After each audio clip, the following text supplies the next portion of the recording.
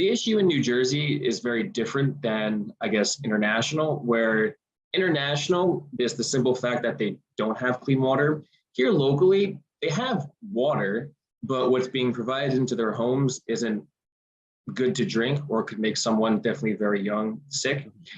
In the case of Newark, New Jersey, where we will be primarily working, there's still a lot of lead issues entering the people's drinking water source. Mm-hmm. The pipes in the city of Newark have been changed, but in the older homes, not yet.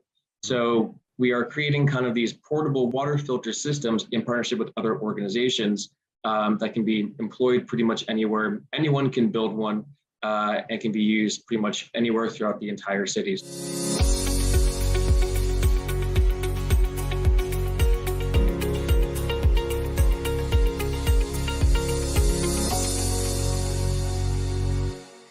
Okay, ladies and gentlemen, welcome back to the Passive Cash Flow Podcast. I'm your host, Aaron Fragnito, and you are listening to the podcast that talks about real estate and all the intricate details of how people passively and actively invest in real estate to make it work. We have guests on our show. We have different topics that sometimes I talk very in-depth about as your host, Aaron Fragnito of the Passive Cash Flow Podcast. And we have an amazing guest today, James Leitner with Mission Clean Water. James, how are we doing today? I'm doing very well, Aaron. Thank you so much for having me. I appreciate it. Absolutely. Now, James, we had met actually at the Rotary Club, I think at Scotch Plains, New Jersey, probably 3 or 4 years ago, and a great Rotary Club there. They are a ton of fun. I'll tell you, if you're looking for a fun Rotary, check out Scotch Plains. And but we had some good times there, and you put on a very impressive presentation. And you were an even younger man then, and I was impressed with what you had accomplished. And so, a very exciting mission you have here. What does Mission Clean Water hope to accomplish, and what are you accomplishing? Sure. And so, Mission Clean Water, we're a 501c3 nonprofit organization working to provide people with clean, accessible drinking water, as well as proper sanitation. And so when we talked previously, most of our work was international in Uganda, which still is, but for 2022, we were beginning to do some domestic clean water efforts as well. Very cool. Very cool. Yeah, when you did your presentation, I was amazed at what you had done to spark focus on, get attention to the topic, right? Because I think one of the hardest parts of nonprofits is to get on the big screen, like St. Jude does at all the football games, right? So how, getting there. And I was amazed at what you had done to get notoriety and talk about that, what you had done there.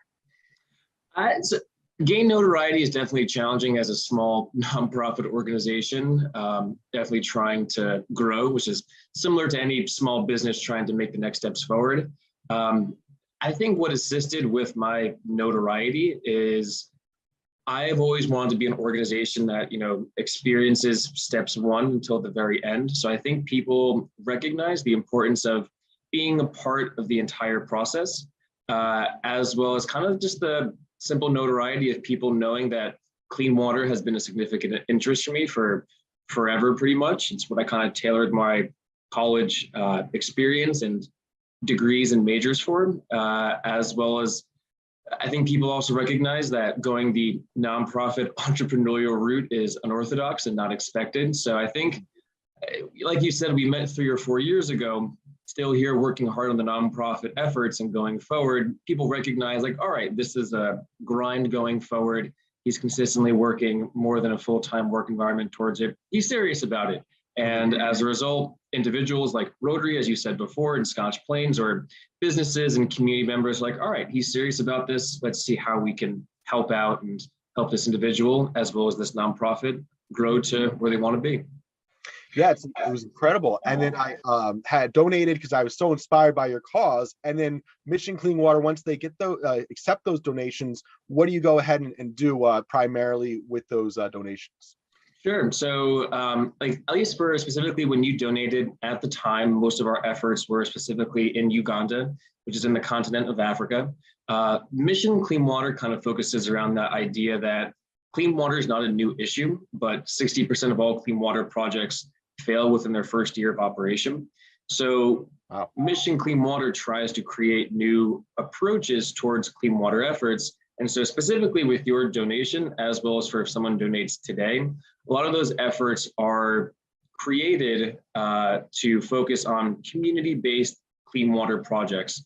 So, taking a community like, for example, Berkeley Heights or Scotch Plains, like a town level, and figuring out what could be the best clean water solution for them, whether rainwater collection, groundwater exploration, or protecting a local spring for natural water safety, and then using it to distribute clean water throughout the entire community. So for example, for your donation, that was specifically for a community-based clean water project that has provided clean water to about 3,500 people. Then we've done other projects specifically for schools, even larger communities like hospitals as well. So a little bit of everything. Wow, that's incredible. I just find it so cool how you go to a different country. First of all, you raise capital, which I know is hard to do. Yeah. Get in front of people, have a nice presentation. I remember you had UPS as a sponsor, which was very impressive. And actually, well, before I go to my next question, how did you get UPS as a sponsor out of the gate? That was impressive. That's a Fortune 500 company. That was, similar to how we mentioned before, when community members see that you're serious, they're like, all right, let's try and help out as much as we can. And for myself, growing up in Scotch Plains, I'm fortunate to live in a connected community. So when people kind of saw what I was doing, they're like, all right, I know someone in this company. Let me see how I can help out. And I've used my abilities as kind of an endurance athlete to fundraise for Mission Clean Water. And so UPS found, myself when I was walking across the United States to symbolize the journey someone goes through in a year to get water for their families. And UPS was like, this is extremely cool. This is something that we can kind of align with and try and help out with. And it was history ever since then. And during that cross-country walk, they came out twice to get some footage, do some meets and greets, and see how they could really help, further the mission and everything forward. Wow, very cool, very cool. I love what you had done there. And so at that point now, my main question here was you are essentially doing real estate development in a sense in a foreign country. I have a hard enough time doing it in Newark, New Jersey, or so how do you even start with that? Going to a third world country and doing a project there, moving the capital over. I know there's a process of moving over the capital, going there yourself. That's a dangerous thing. There might be people there with bad intentions that know you are worth money and could be kidnapped or something. How do you even go about doing this? Sure.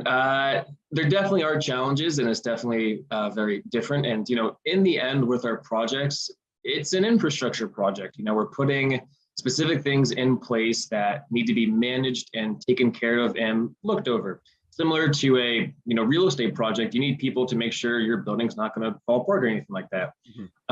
And so there definitely are challenges associated with it, because in the end, I'm from the United States. I am not from Uganda or from these communities itself. So even though I know a lot about clean water issues, I never consider myself an expert, because I specifically have never worked or dealt with these communities before.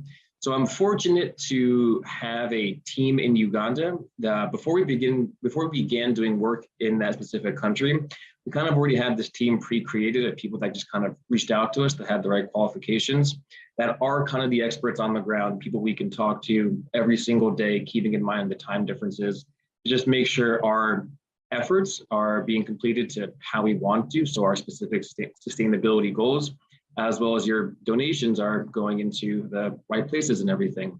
And there is a lot that is involved when it comes to organizing the right trusted contractors, finding the right local labor to have better local investment, and just kind of keeping things on taps, considering the fact that, I'm a 22+ hour plane ride away. And pre-COVID, I was visiting Uganda, I would say once every 4 months or so. Since then, it's been a little bit more challenging, but I would also say since then as well, we have a much more high quality as well as full-time staff in Uganda that we fully trust to just make sure our efforts are continuing, as well as your donations are being put to their maximum, investment or full use.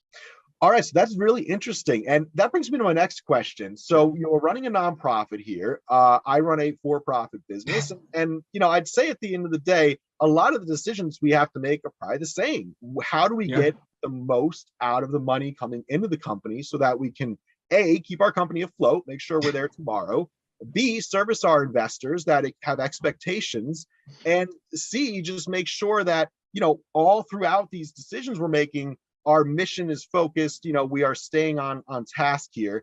How do you balance those things running a nonprofit? Yeah, that's definitely a unique part. And you said it perfectly. In the end, a nonprofit is still a business. We need to operate and function just like how any other business will. The biggest difference mainly is that when someone interacts with a for-profit company or for-profit business, they're expecting a good or service in return. While for a nonprofit organization, there's kind of the assumption that you're donating, not necessarily getting something back in return besides kind of the social good of doing something positive. You're expecting us to kind of follow through with our mission. So a lot of what a nonprofit does have to complete is a combination of what all businesses do with marketing, business management structure, fundraising, or I guess business development, and kind of outreach to people so people know that we're there. But a lot of it is also kind of on the storytelling elements where we need to make sure that we are sharing with yourself the impact that you're making, considering the fact that where your donation is going, at least as of right now, is international. Compared to domestic nonprofit organizations, you are able, so if you donate, to example, for Habitat for Humanity, if you really wanted to, you could drive there and see the impact that they're making. Compared to an international nonprofit, it's a little more distant. So you're kind of relying on our ability to storytell, to share the impact that you're making, to hopefully improve kind of our donor retention rate, or to kind of have a repeat customer pretty much. As well as for a nonprofit organization, for a for-profit company, you guys are able to kind of keep everything that people give to you based on your overall mission and expectations. While for a nonprofit, if someone gives us $100, for example, there's kind of the expectation that a majority of it is going towards the overall mission, while a smaller percentage is going towards kind of those admin costs. And every nonprofit organization has their own balance of what that percentage difference might look like. So, in the end, we're kind of relying on doing all the aspects that businesses have to do while really enhancing that storytelling. And I guess I'm also fortunate enough to have volunteers and board of director members that are the accountants, the marketers, the lawyers, and other individuals that are really willing to volunteer their time to make sure we're kind of hitting all those avenues a business might have to kind of consistently stay involved with. Sure. Any entrepreneur, you're juggling a million things in a day, it sounds like. Yeah. But it's even harder because, as a 501c3, you have certain responsibilities probably to report annually right back to your investors and back to the IRS. Yep. So that's interesting. And, same with us. We have SEC regulations on what I can and can't say with updates to investors or on the internet when I'm explaining our business model, so. Yep, absolutely. We have to navigate all that red tape at the same time, keep our mission focused as well. And I love what you guys do. And I really, my final question here. So there's other nonprofits out there. I've always been a big fan of like World Vision, and boy, it's such a competitive space. It really is. And so like, I guess what inspired you to start your own nonprofit and not like team up with a more existing, try to get a job at World Vision, for example, or something like that. Sure, that's an excellent question, and it is interesting once you get involved in the nonprofit world. Once there's kind of the realization of how competitive it actually is, because we all kind of have the same mission. We're all trying to benefit people without clean water or proper sanitation or homeless issues, so on and so be it. But there's kind of this back and forth of like, I want to help more people. No, I want to help more people. It's really fascinating at times. But the reason Mission Clean Water was really created was because after I completed that cross-country walk, there was kind of the question of what's next. And it was the decision of, do I just kind of propose another crazy endurance challenge and submit the idea to an organization like World Vision and let them use their marketing and advertising capacity to use me as like a vessel for fundraising pretty much, Right. or kind of go the own route of creating my own full organization and seeing the entire process from start to finish. And there was kind of the realization that if I'm just fundraising and being kind of the first step of the entire process, I wouldn't feel as fulfilled as if I was able to be fully involved with the, I guess, entire process. So that's kind of how Mission Clean Water started. But then also, before, I guess, Mission Clean Water and when in college and a little bit afterwards, I've been involved in the clean water world for some time and learned just how many challenges there are in the nonprofit world, as well as, I guess, the improper management of clean water projects and then the unfortunate failed results of some, and just wanted to try and see if there's new ways of approaching it and to kind of create new management structures that are open source that all nonprofits can use and create so we all can have better success and to kind of create a better collaborative environment. Also, I wanted to see, which we're starting now, is to try and create ways, there's clean water issues here in the United States as well. So there was the hopeful plans for Mission Clean Water to begin clean water projects here locally, which in 2022 we are starting now, which I'm happy to kind of branch off of and focus right here in New Jersey as well. That's great. That's great. That was my next question. What are you guys working on right now? What's your vision for 2022? You want to break into that a little bit more? Sure, definitely. So for 2022, we're still kind of planning our clean water efforts over in Uganda. We're very happy and very fortunate to have a full-time staff and efforts there of people from Uganda that can kind of continue our clean water efforts there locally. So in terms of that, we're working on 3 specific projects for 2022 that works at the community level, works with schools, as well as to provide clean water to an entire hospital. Hard to imagine a hospital without clean water. And then it's crazy. And then we're also beginning our efforts here domestically in New Jersey, because the issue in New Jersey is very different than, I guess, international, where international is the simple fact that they don't have clean water. Here locally, they have water, but what's being provided into their homes isn't good to drink or could make someone definitely very young sick. In the case of Newark, New Jersey, where we will be primarily working, there's still a lot of lead issues entering the people's drinking water source. The pipes in the city of Newark have been changed, but in the older homes, not yet. So we are creating kind of these portable water filter systems in partnership with other organizations that can be employed pretty much anywhere. Anyone can build one. And can be used pretty much anywhere throughout the entire city. So as of right now, there's already 3 of these systems in action, and there's the plans to kind of double that. But then we'll also be working in Patterson and hopefully Irvington as well. Patterson's a different scenario, where in Patterson, after Hurricane Ida, their city water wasn't safe to drink for up to 6 weeks after the storm.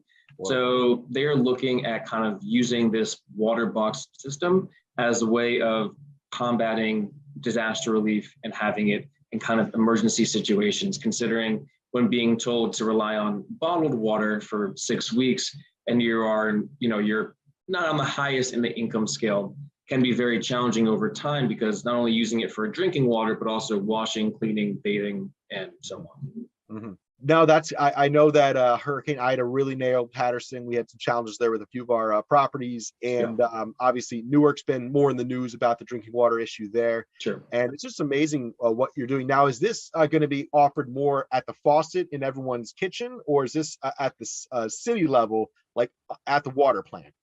Sure. So I can kind of explain to you the 3 current projects that we have.